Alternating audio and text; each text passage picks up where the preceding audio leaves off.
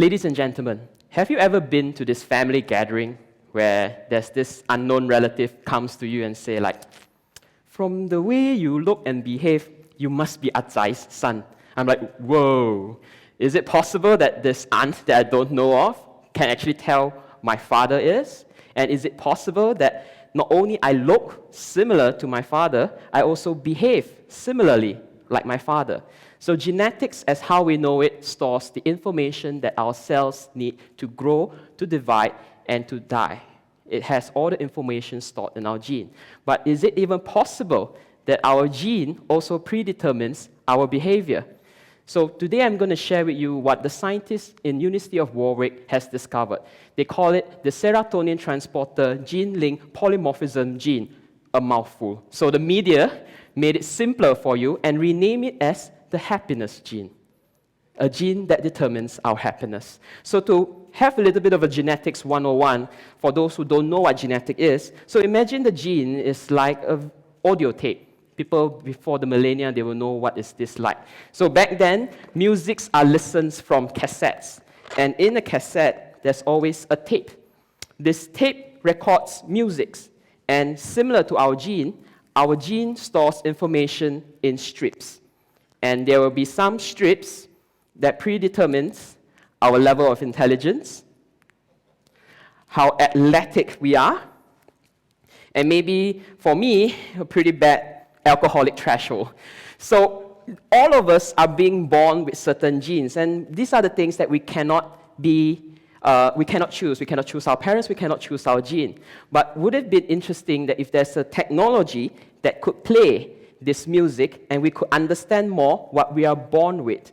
So ladies and gentlemen, they have done a study on twins, and twins, identical twins, technically should have the exact same genes. And when they are brought up by different parents, they also share certain shared characteristics. Another study, when they did a population study in Denmark, Netherlands, and Sweden, where people dub it as the happiest country in the world, they have a very distinct lack of happiness gene. And when they did the study in America, who are descendants from these countries, are also known to be happier. But is it all about our genes that determines us? Ladies and gentlemen, what I'm going to share with you is that our genes control how our body works and how our body functions. There's a lot of information to be discovered in each of this DNA strip. But ladies and gentlemen, do not be dismayed. Everything in life is not predestined, because the genes do not control what friends we meet, what things we do, and what environment we live in. Take an active move to know your genes and make the best of what your gene can offer. Thank you.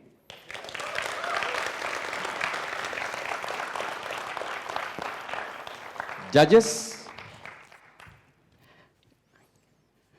I look horrendous in this strip. When can we select the kind of kids that we want? You can reproduce 100 times and see which one fits your gene. Okay, ladies and gentlemen, there's a lot of things that people say, can I manipulate my gene? And the gene is not as simple as you think. It is something that is a product of evolution. People use natural selection. They breed certain things and to get the genes that they want. But to an extent that you want to manipulate genes by design, you need two things. One, that you must understand the gene in its entirety. Because genes region, this, is not discrete. The genes here affects the genes here. And it also affects the genes here. If I manipulate this gene, it will affect my intelligence. And you may have a very good alcoholic threshold, but you may end up very stupid. I'm not making any correlations here.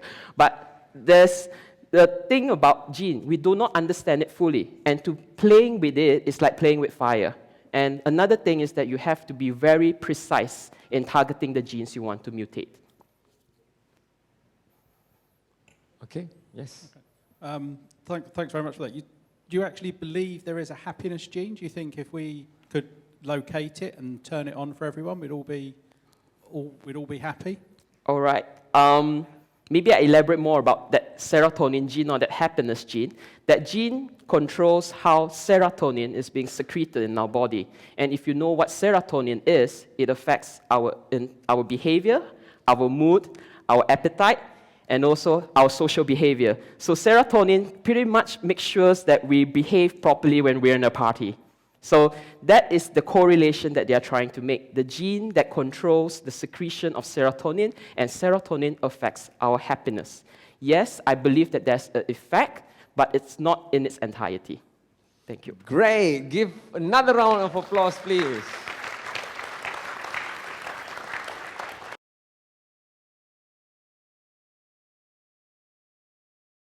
Hi, everyone. I'm sure most of us here have eaten our breakfast this morning. True? Great. Well, now, for those white bread lovers, every single one of white bread lovers, just only this one time. Imagine eating this whole wheat bread.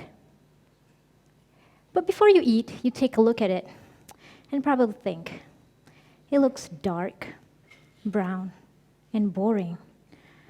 But hey, it has high fiber in it, so it must be healthy for me. So you take a bite and chew on it. But then you can't help thinking to yourself, the taste is bitter, and the texture is gritty and grainy. I wish there is white bread that has high fiber in it. At least I can, enjoy my tasty food, and at the same time, I get to be healthy. But who am I kidding? I'm sure it's not possible. Is it? Is it not possible to have white bread with high fiber in it? Of course it is, with the addition of resistant starch. Resistant starch is a fiber that is not digested in your body, and it comes naturally in your food, like sweet potatoes, beans, green bananas, and it can also be produced from normal starch. The best thing about this resistant starch is it has no taste, no smell, and it comes in the form of fine white powder, just like normal starch. So, with these unique characteristics, these fine white powder can be added into your food to increase the fiber content without changing much the taste, the texture, the appearance, the overall properties of your food. Let's say we take pancakes, for an example. You put in resistant starch in pancakes so that it becomes high fiber pancakes. And these pancakes looks the same, has similar taste and texture, just like the normal pancakes that has no fiber. This high fiber pancakes is definitely suitable for diabetics and even healthy people, because the resistant starch in the pancakes can actually maintain blood glucose level, lower cholesterol, and even prevent colon cancer. So, with this resistant starch, looks like a fine powder, but it does make the food tasty, and every single one of us gets to be happy and healthy. Thank you.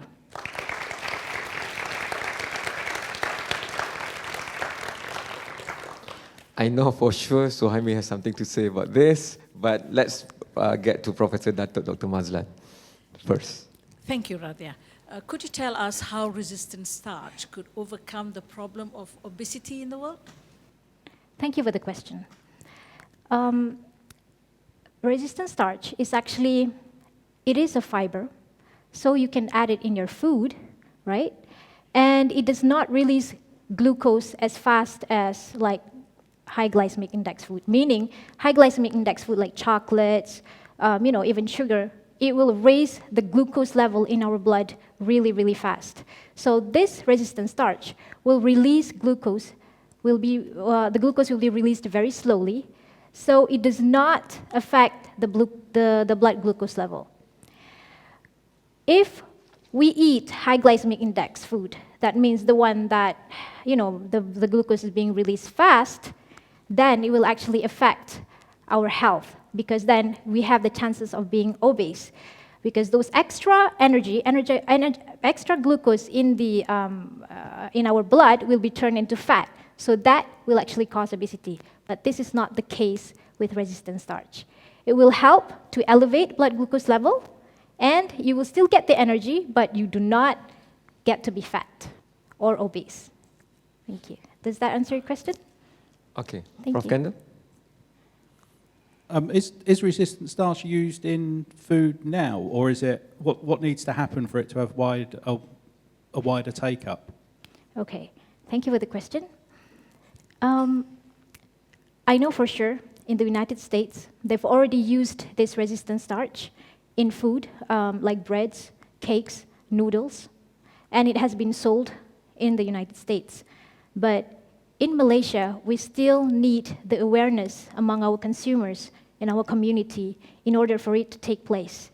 So it's very, very important that our community, everyone, should know that we need fiber around 30 grams per day. If we notice that this is the case, then I would say that the food industry would probably take up to this. They would want to use this resistant starch and put it in their food products so that the people that's already aware of that consequences, they will buy it, and definitely we will have a healthier community. Thank you.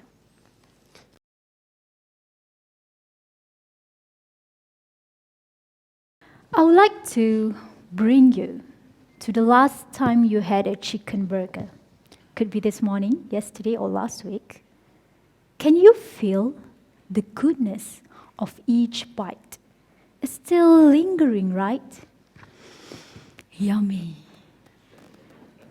But wait, can you tell that it is 100% chicken? No. Let me share with you a fact. In some meat-based products, cheaper meat could be sneakily added in order to increase profit. Well, it's business. But then, it is difficult for consumers like us to detect meat adulteration with the naked eye. For your information, not only pork and horse meat contamination cases have been reported in the mass media. Even worse, rats. Yes, rats were sold as lamb. Believe me, it happened. So, is there any way to protect consumers from being deceived by irresponsible producers? The answer is yes. This is where science comes in handy. I call this particular science as meat CSI. It detects culprit species in meat products using protein biomarker. How do scientists go about it? Simple. If you watch the popular TV series CSI, the detective will run DNA analysis in order to identify suspects. They collect evidence, add some chemicals, put in the machine, and the result will be displayed on the computer screen, right? Well, the same concept is applied here. But the interesting part is they don't deal with DNA like Cadbury case. Instead, protein is analyzed. Why protein? Because meat is made up of protein. Scientists have actually designed a protein biomarker or protein fingerprint, which will act like a magnet to extract protein of an alien species from a complex mixture of meat. And with the help of a protein profiling machine, we can know what that culprit meat is. It works exactly like a thumbprint machine, where it can recognize different patterns and unique sequences of protein from different animals. Thus, culprit species can be detected easily. This meat CSI is specially designed to assist government bodies and food control labs in solving meat adulteration cases. I could foresee in near future, small device will be available for consumers, which is good news for Muslims, Hindus, Jews, travelers, and anyone allergic to particular meat. So next time, when we come across any suspicious meatballs, nuggets, or chicken burger, we can just take small portion of meat, test it, and get the result on the spot. Case closed. Thank you.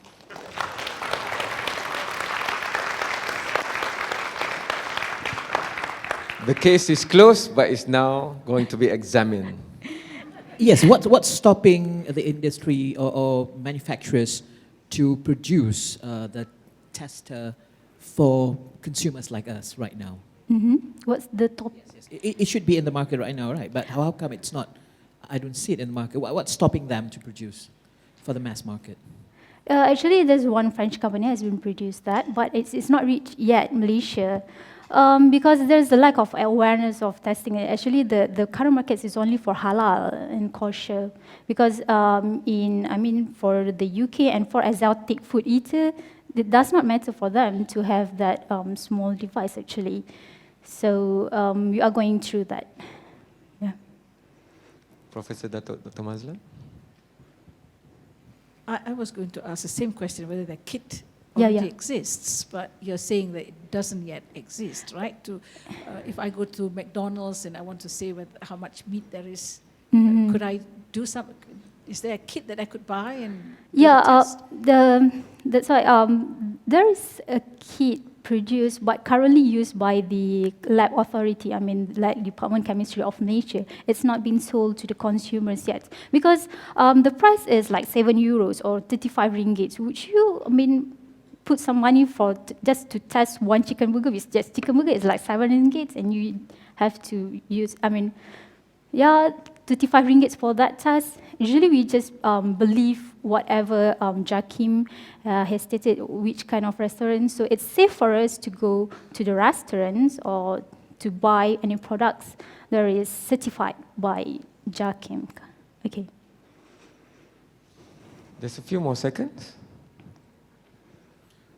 I think it's follow-up to the other questions, really. If you were going to do this commercially, whereabouts in the supply chain would be the best point to do it? I don't think we can do it as point of consumption because it's not there, but would you do it, or whereabouts in the supply chain would you carry out the test? Yeah, definitely for the consumers. Actually, I'm aiming to design small device like power bank, so we can attach to our phone, so that put some meat to that device like power banks, and test it right away, rather than have small chemical with some chemicals kit. So that will be easy for consumers. Thank you so much, Dr. Steve. But I could not let you go because I am a journalist. So maybe the kit is not out there yet, but the lab is there. Yeah, the lab is there. You guys test meats all the time. Yeah. Of course, you test some from off the shelf of product shelves, right? Yeah. So is there many cases where what is claimed is not what is claimed? All right. Actually, most of the imported food, currently they don't declare they don't put clear labeling. That's the problem. Is the clear labeling. We want to know, like for instance, butter. Okay. You produce it as butter. We don't have time, so I'm just gonna. How many more Malaysian ringgit do you need to make it a reality? Okay. Think about that. Professor Zakri is here. Yeah. Thank you for making me question how I eat my meat now.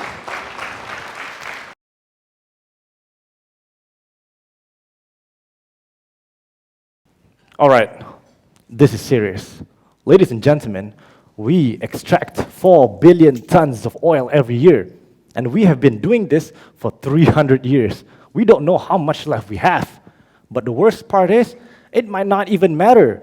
We might finish that up, and before it was gone, we would have destroyed the planet. Why? Because through air pollution, through water pollution, through economic crisis and political instability, and many more. That is the future for your children if we keep relying on fossil fuels. But the question is, how can we produce chemicals, electricity, and materials without using fossil fuels?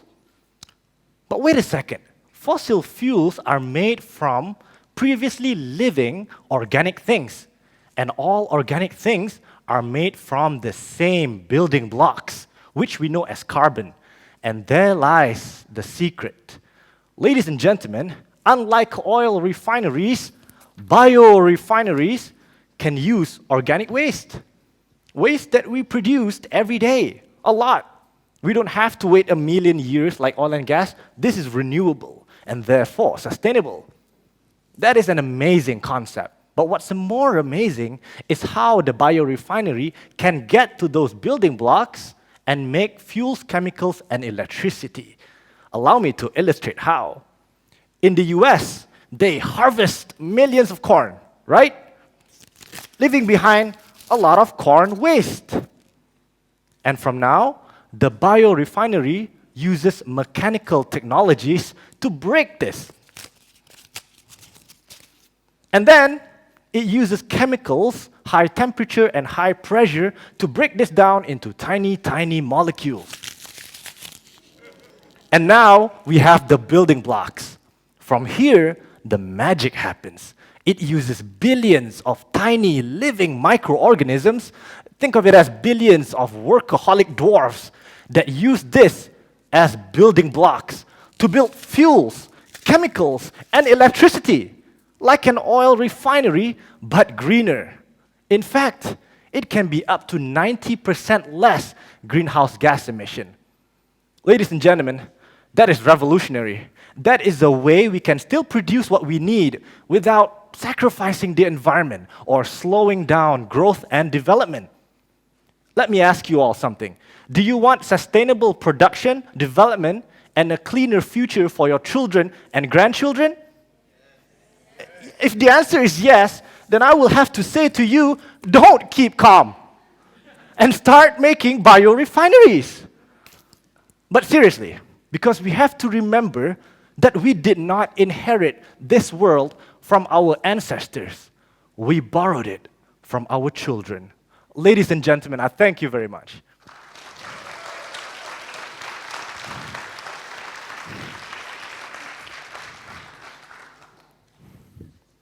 Thank you very much. Good use of props. I would ask you to do the same demonstration, but you might struggle a little bit. So corn is obviously very much US based. How does that translate into, say, Malaysia? What biomass and biofuels have we got here that we could use? Thank you very much for the question. So, in the US, they use corn, right? They use wheatgrass. In Malaysia, what else? It's palm oil. We produce a lot of palm waste every day. In fact, we produce nearly 83 million metric tons per year. That's more than enough to feed one biorefinery. We could have up to 40 biorefineries. So that's my question. It would be palm oil. It would be the easiest because palm mills have already collected the palm material. So there is a logistics advantage to that. Whereas in the US, it's scattered all over the place. So why aren't we doing that? Okay, so there are several issues here. Why are we not doing this yet? There are three main problems. I would summarize that as economic, technical, and political. We don't really have much political problem. There is a need to reduce greenhouse gas emission in Malaysia. But there is an inherent technical risk because only in a few parts of the world, they have brought this technology from lab to pilot and then to demonstration scale. And that leads to the second problem. To do this, it takes a lot of money. One biorefinery can cost easily from 100 million to $500 million. And for a growing country like Malaysia, it's something that we really have to think about. Do we want to put money now, or do we want to put money for the future? Have I answered your question? Yes, Thank one you. more question. All right. So what you're telling us is that it's not economically viable. So why are you doing research on this at all? Very good question. There is a lot of ways we need to improve this, especially when oil prices are very low. And we are using organisms that exist outside. They don't normally exist inside a biorefinery. So we need to do a lot of tweaking. We need to make the organism more efficient, and we have to stop them from growing so that they produce what we need. So there is a lot of efficiency that needs to be increased in the form of biotechnology and also engineering. All of this needs to be scaled up. Until then, the economics are not very interesting, but the potential is already there. It is shown in the US. They have examples. Thank you very much.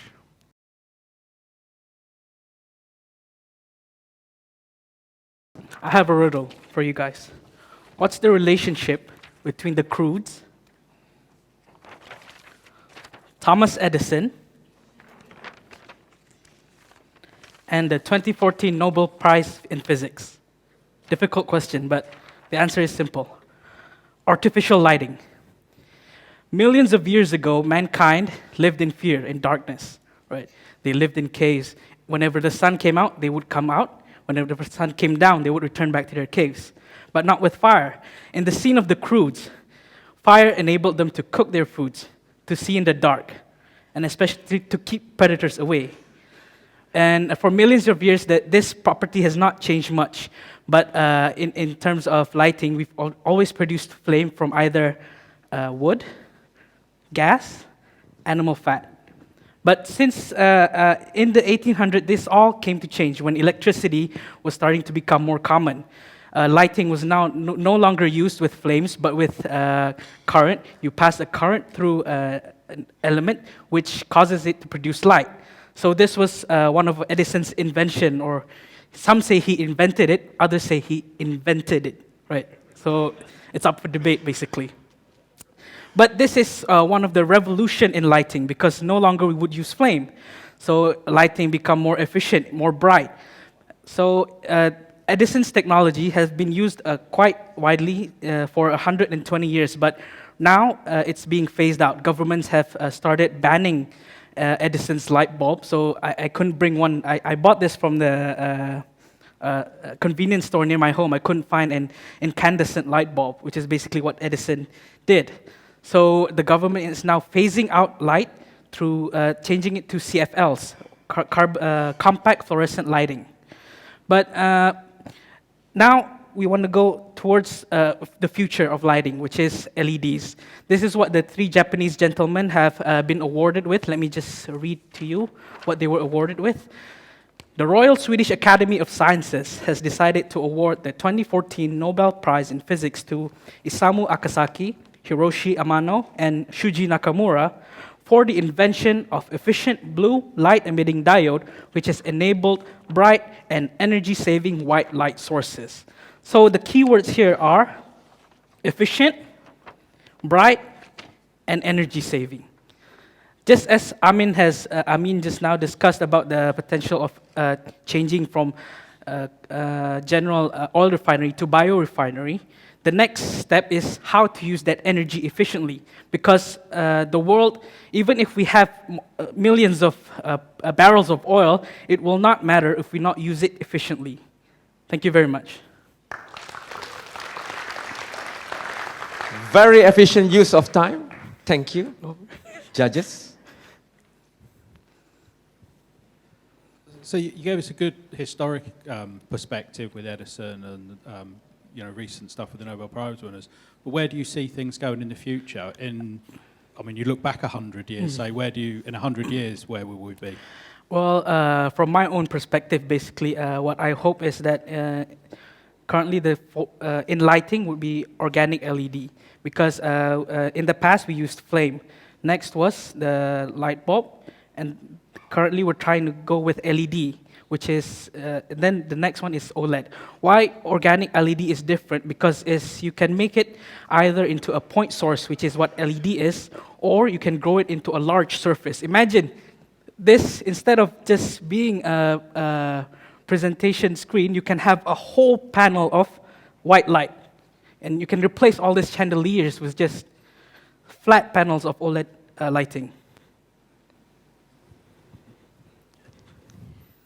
Lokman, you haven't made a case for why LED is more efficient than incandescent. Oh, okay. I didn't hear it. So I if you're going to be forgot. talking about energy efficient light, you've got to convince us that it is more efficient. Okay, and you yes. haven't Well, done that. Edison's light bulb was actually very inefficient. 80% of it releases heat instead of light. So we had 10% light, but 80% heat. So it was a very horrible trade-off for us. What we want is more light, but no heat. That is what LED has given us. How would you explain this to a 10-year-old kid? A 10-year-old kid, Yes. okay. What I would say is Edison's light bulb is very hot. LED is very cold. So imagine if you touched a light bulb, you would instantly just pull out your hand because it's very hot and inefficient.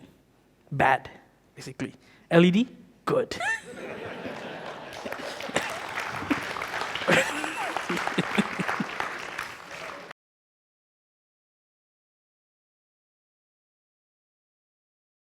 Good morning, ladies and gentlemen. The two greatest loves of my life share many things in common. They are sweet, smooth, and sexy. One of them is my wife, and the other, very close to my heart all the time, chocolate. What I'm going to do today is actually share you 3 important scientific facts about chocolate in the perspective of a biologist, a chemist, as well as a physicist. Firstly, dark chocolate contains a naturally active biologically compound known as catechin. What catechins does is that it's able to dilate or make your blood vessels a lot bigger and allow to promote blood flow. This improves your circulation, increases the health of your heart, and most importantly, allows your cells to have sufficient oxygen and nutrients. Catechin induces this by increasing the production of what we know as nitric oxide. And you may have heard of this because it's the exact same mechanism of Viagra, which probably explains why chocolates are perhaps the most common present during Valentine's Day, and perhaps is the most best-selling and oldest aphrodisiac or love drug. Second, on chemistry. The greatest and most depressive tragedies have been written by the Greeks, and they did not have chocolates. Chocolates have a chemical compound known as tryptophan, and tryptophan is an amino acid that is not produced by your body. You need to consume it, and it gets metabolizes to what Sean had mentioned, the happy hormone known as serotonin. And serotonin changes your moods and makes you happy. But what's most important is that it actually has a long-lasting effect. A study in Finland has shown that chocolate, if taken during pregnancy, actually will make your kids calmer and much better at performance. And so it's really interesting in the context of epigenetics that chocolate induces a genetic effect that actually transgeneration effects will actually persist. And finally, what I think is most exciting is that the making of chocolate actually combines the exquisite art and the beauty of chocolate and the precision engineering and the application of physics to make your chocolate to be hard enough to snap, but also soft enough to actually melt in your mouth. What chocolates are, they're actually crystals, just like diamonds, but man-made. They are ordered in a lattice form, and what happens is basically it creates that smooth structure where all the atoms and ions are actually in a very periodic level. So, and what's most important is the melting temperature also is slightly below body temperature so that it actually melts in your mouth. So there you go. It's amazing how chocolate, something as humble as that, has amazing amount of science. And that's exactly why we are here, to realize that science is everywhere.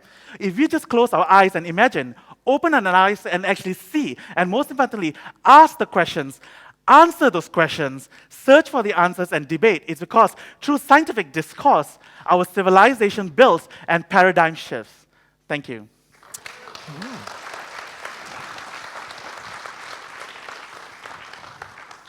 Kamarul, Abi, this has been a question I've wanted to ask all my adult life.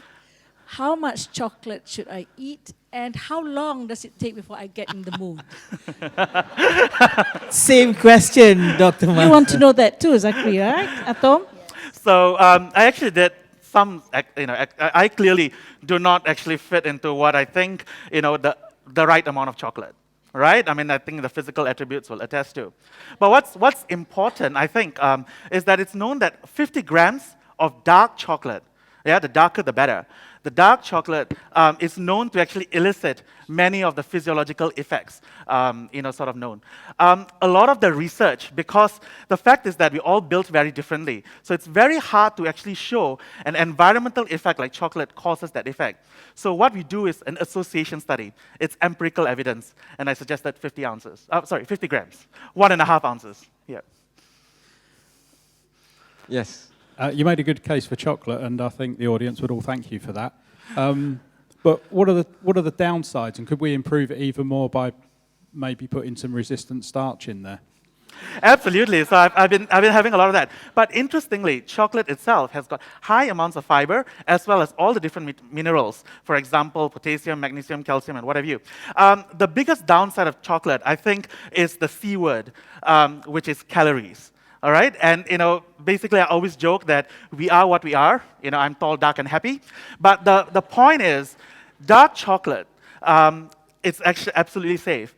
But to actually make that precise engineering, we add in a lot of fat, a lot of milk, sugar, emulsifiers, and perhaps that's why it tastes very good, and that's that. So I think identifying materials like resistant starch, identifying materials that taste good, but also has very little calories, perhaps can be combined with chocolate and therefore enhance its physiological effect.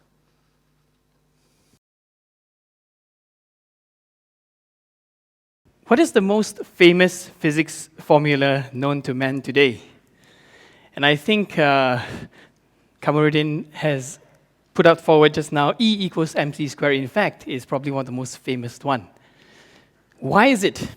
It is found in articles, it is written in slogans, it is even used in modern art culture. In 2005, it actually appeared on the side of the Taipei 101 in commemoration of Albert Einstein's 50th death anniversary.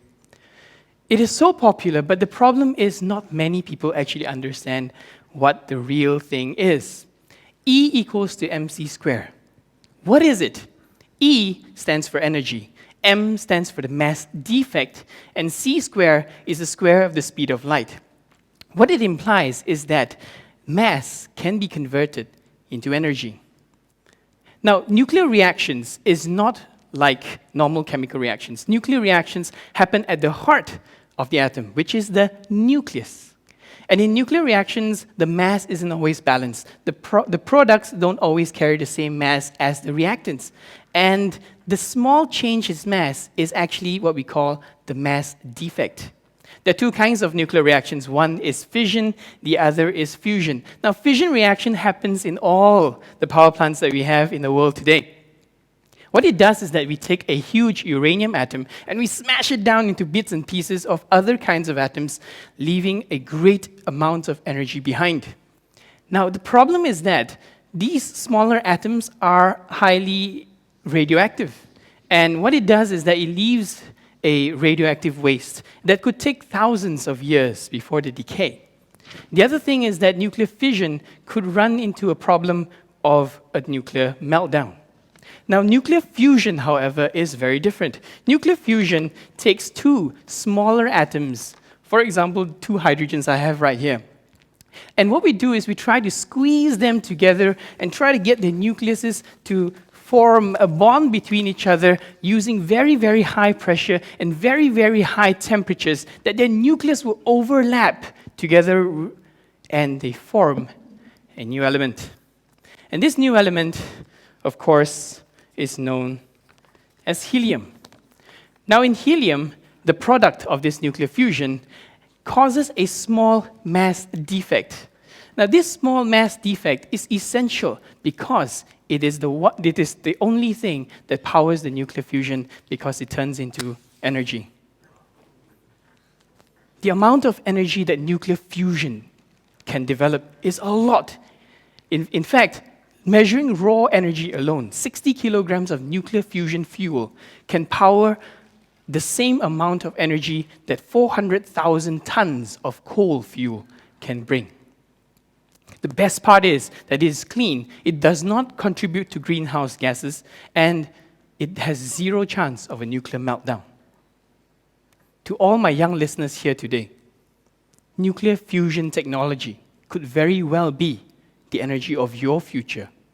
I encourage you to become young scientists, to tread down this road and develop and refine this technology. To quote from the great initiator himself, "I have no special talent. I'm only passionately curious." Albert Einstein, 1951. Thank you.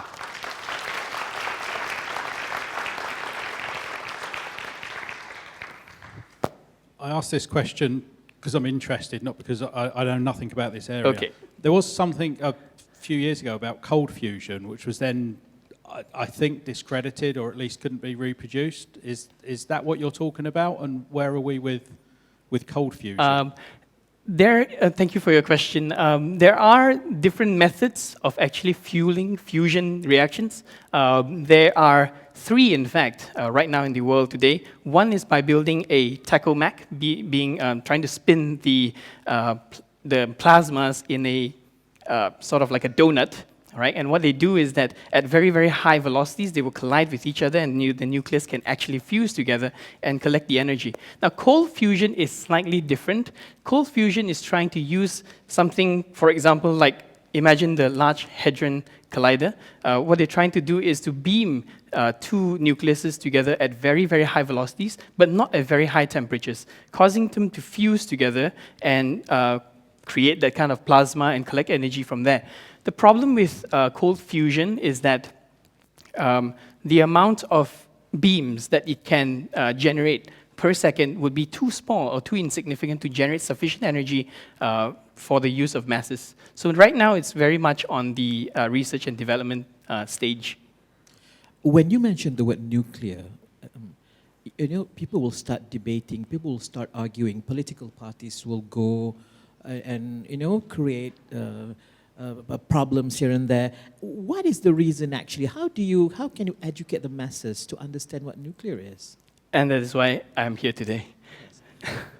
Nuclear technology is split between fusion and fission technologies.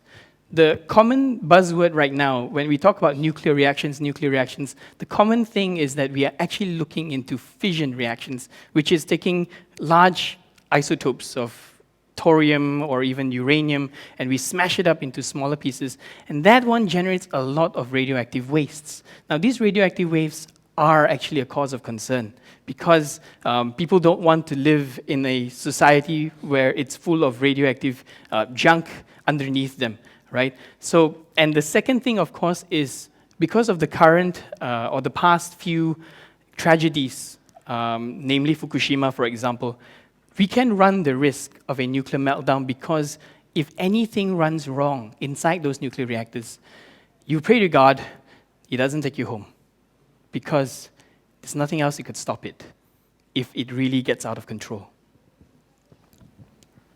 Kamarul, let me ask Sure, go ahead. one question. You know that the biggest nuclear fusion lab that we can see with our eyes is the sun. Yes. What is it about the sun that's producing, allowing nuclear fusion to occur and we can't replicate here on Earth? On the sun, this is a very interesting question because the sun is really, really, really, really huge. In fact, we are nothing compared to the size of the sun. Now, because of the great amount of mass of the sun, it creates a huge amount of pressure to press down on all the gases that is all out there because of gravity of the sun. And in fact, the gravitation of the sun can be felt by Earth, by us spinning around it, isn't it? Now, so the gravity that is at the sun itself, the surface of the sun itself, all these gases are being pulled so tightly together and their nucleus start to fuse. And that is exactly what happens in nuclear fusion. It's creating other kinds of elements. In fact, the stars out there is the great factories of all the elements that we know now on Earth.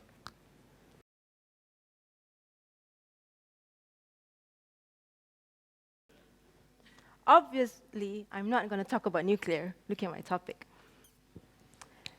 Imagine yourself in a stressful situation, like a job interview, or going on a first date, or even having to speak about science for 3 minutes at a certain competition. How would you feel? Nervous? Butterflies? Of course. In fact, some of our finalists had diarrhea this morning. But what can we do to get rid of all these insecurities? The answer is actually quite simple and elegant. Just pretend that you are Wonder Woman. Well, if you're a man and you want to feel more manly, you can be Superman. Studies have shown that by standing like a superhero for 2 minutes before going to a job interview or even gambling can increase your level of confidence and make you perform better at those situations. And this is what is called power posing. A power pose can be anything you want, as long as you expand your body, taking as much space as possible. For example, like your favorite rock star, or Usain Bolt, or even Michael Jackson. In this process, we trick our brain into thinking that we are feeling confident despite the fear that we're actually feeling inside. By the way, just to clarify, doing the peace sign while taking a selfie is not a power pose. That's just a cute pose, unless, of course, you do it like this. So what is the science behind power posing? Well, there's actually two things happening in our body when we power pose. Number one, our dominance hormone, called the testosterone, increases by as much as 20%. And this makes us feel more confident, more dominant, we take higher risks, and even our thinking becomes more abstract. This is also the reason why men naturally feel more powerful than women, right? Maybe. Number two, at the same time, our stress hormones, called the cortisol, reduces by as much as 25%. And this makes us feel, it makes us more better at handling stressful situations. So, the next time you have to sit for the final exam or have to make a public speech and you're feeling all stressed out, remember your friendly superheroes, Wonder Woman or Superman, and just fake it till you make it. And this is the power of power posing. Thank you. From the master of striking the pose on TV, Swami Sulaiman. I really like this because I power pose every time. Yes. But how, when do you power pose? For example, do you do it 5 minutes before, or is it 3 minutes? Okay, thank curious. you. Thank you for your question. Well, the studies was done at Harvard Business School because they want to study people who actually have to do business. So the study was done when they did power posing for 2 minutes. And this created all these positive effects. And in that study, after participants were being exposed to power posing, they were told to power pose for 2 minutes, and then they go into either a job interview, a mock one, or to gamble. And for the gamblers, they take higher risks. And for the mock job interview, the other evaluators wanted to hire them for the job. So 2 minutes is what studies have done. We can do longer, but maybe standing like this for more than 5 makes you look stupid. I don't feel you stupid, but whatever works for you, right? Yes. Prof. Kendall. Did you? I wasn't watching you. I wish I had now. Did you power pose before? And if you do power pose, should you do it in private or should you do it in public so that people know you're doing it? Okay, thank you. There's 2 questions there. Did I power pose? I was actually power posing the whole day since this morning. Even yesterday and last night, even when I was sleeping, I slept like that. And the second question is, what was that? Public, yes. So it actually depends on what kind of power posing you're doing. If you're doing just this, it's fine. But if you want to sit on a chair and prop your feet up on the table and do it like this, you can't do it here. So you do it in the private. So it depends, really, what your specific power pose is. And I think that leads to my question, which is the art of power posing. Because while everything is going on in your head, all those hormones you're talking about, actually how you execute it will be just as important. Yes, yes, definitely. I think if anybody wants to adopt this power posing technique, just find something that you are most comfortable with. As long as you're comfortable, naturally, you become more confident. But Professor Dato' Dr. Mazlan has shown us, just by having personality, she didn't even need to pose. Give, please, the engineer a big round of applause.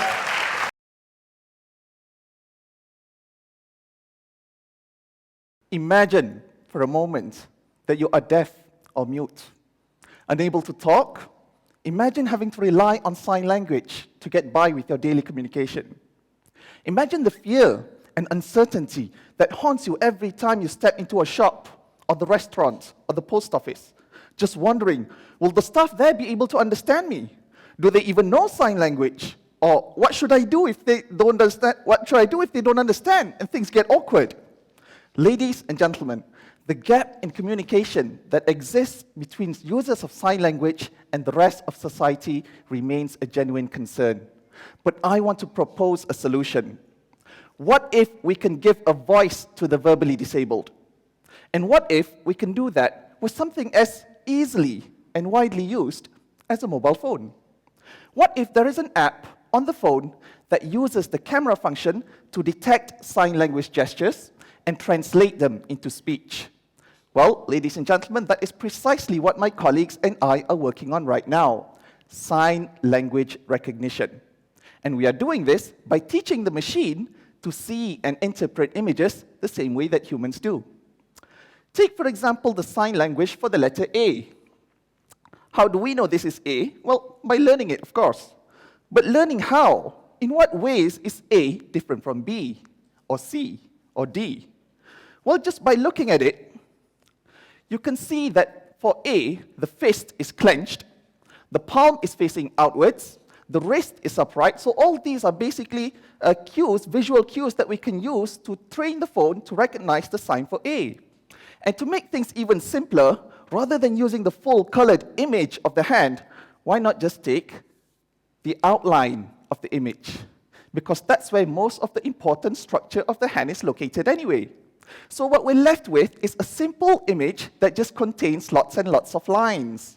So our next step is to classify these lines into categories. So how many short lines, how many medium lines, how many long lines, and so on. So all these groups of lines, all these categories are bunched together, put in a bag. We tie it up. This will be the bag for the letter A. We repeat the same procedure to get the bag for B, for C, for hello, for thank you, for goodbye, basically for all characters and words in the sign language vocabulary. Now, the content for bag A will obviously be very different to that of bag B, because visually speaking, they are already different. Bag B will contain more long vertical lines as compared to bag A, for example. So in practice, any gesture performed by the user will be transformed into a bag itself and then compared against all the existing bags in the database. And the bag that has the most similar looking content, that will be the matching word. So hopefully in the future, when I place my phone in front of me and turn on the app, and I do this, the app will instantly produce a voice output that says, "Thank you for listening. Thank you very much." Professor Kendall. Yeah, most of the other ones I didn't understand the science, but unfortunately, yes. Unfortunately, maybe. Yes. So it seems that we've had face recognition for a long, long time, and it seems that, to me, and I'm not a vision person to be honest, but it seems to me that this is a fairly simple methodology as opposed to face recognition. But it comes without its problems. So if you point an app at someone, then it's going to speak. You know, I guess good sign people can go really fast. So what technical problems have you had to overcome rather than just developing an app? Right. Thank you for that. Thank you for that question. You asked about the problems of my sort of methodology. What I explained actually was a very watered-down version of the actual methodology, the actual technology behind this. There are some problems that we face, which is why it hasn't really been in the market just yet. For example, how many sign language, how many different alphabets and characters are there in the sign language? Thousands and thousands. So how do you differentiate between them all? For example, the sign for A and S are very, very similar. So it's up to the computer, it's up to the mobile phone to sort of differentiate, and how do we set the phone to, how do we teach the phone to differentiate between that? So there must be really clever algorithms for us to do that. The second problem I would say is the problem of platforms, because algorithms are essentially theories, they're equations, they're up in the air, ideas. How are you going to bring down those ideas into the phone, into hardware, and into coding, programming, and stuff? So that's another issue to consider as well. Thank you for that. When can we see it in the market? Yeah, and in other countries, are they also doing the same thing, or aren't you repeating somebody else's work? Or? Yes. Yeah. Right. Okay. I can answer that. Thank you for that. In China, they have been efforts to use the Microsoft Kinect. If you know Microsoft Kinect that you want to play on your Xbox, they have 3D sensors. So they can detect the distance of the person between. So that makes the job much, much easier. So they are using Microsoft Connect alongside their own technology to perform this sort of thing. What we are trying to do is just using a normal camera phone, just a single phone, a 5 megapixel or whatever.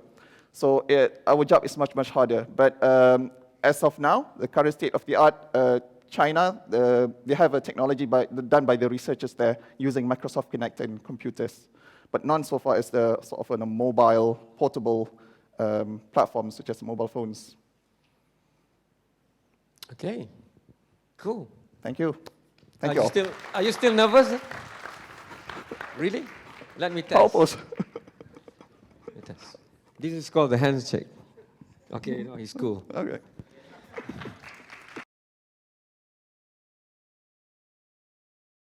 Okay, now, imagine you are in the bathroom, taking a very nice shower, scrubbing all the dirt from your body, you're singing la la la la, and then suddenly, aha, eureka, oh, I need to do this, okay, I got this. Have you ever experienced that? I believe all of you have. Even Archimedes discovered displacement when he was taking a shower, I guess. Okay, why does the best idea come to us when we are in the shower? There are 3 reasons. The first reason is because you are distracted. Distracted here means you lose focus. Okay, when you're entering the shower, a lot of things might going on in your brain. And then you start wash up, and then your mind start to lose focus. You start to daydreaming. That is when the ideas come out. Distraction is not always bad. According to research, creative people are easily distracted. The second reason is because you are relaxed. Shower is very relaxing. It is a place where you are alone, you are comfortable, and it might be the place where you release your stress. And when you relax, there is neurotransmitter inside our brain called dopamine. It will be released and it will boost your creativity. And then the last reason, the third reason is because you are tired. Most people wash up either in the morning or at the night. That is when you are most tired. Okay. According to a journal of thinking and reasoning, when you are tired, it is our creative peak. That is why you get the idea. There you have 3 reasons. Because you are distracted, you are relaxed, and you are tired. Actually, these 3 reasons lead to one conclusion. When you are distracted, when you are relaxed and you are tired, you freed your mind from anything else. You let your mind to wander.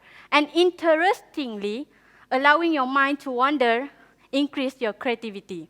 So if you don't have any idea, taking shower is one of the options. Thank you.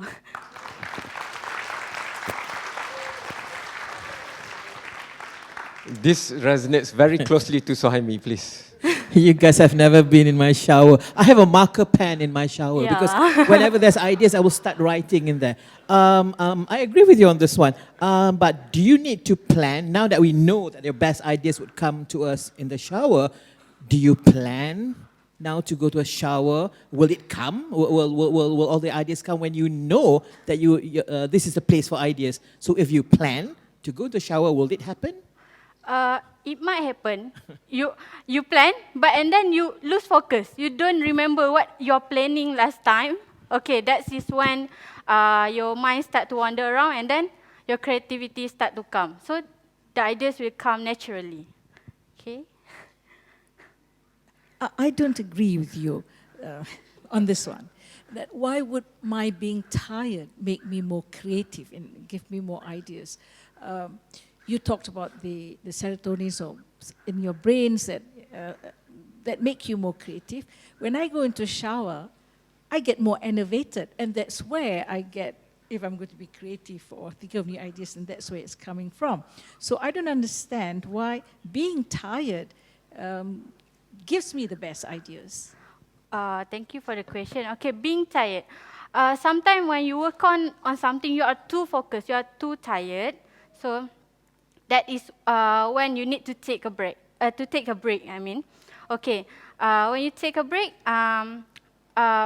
your mind start to wander around. It leads to one conclusion. And then it's correct that you say you might be energized when you take shower.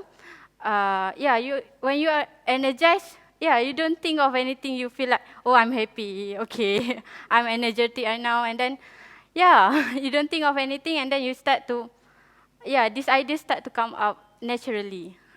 Yeah, that is my opinion. Did I answer your question? Thank you. Prof. Kendall, you don't like showers? I thought I was meant to be asking the questions. I think the idea is nice, but I think the danger is that people run into the danger of then going into the shower and focusing on becoming creative. So sort of as a reverse effect. So what other scenarios would we get creativity rather than just the shower? Okay, thank you for the question. What other thing you can do is that there are 3 other famous places that you can get more ideas.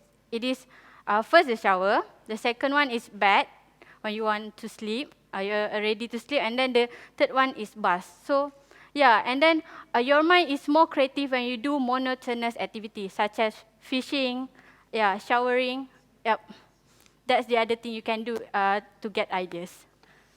Okay. Thank you.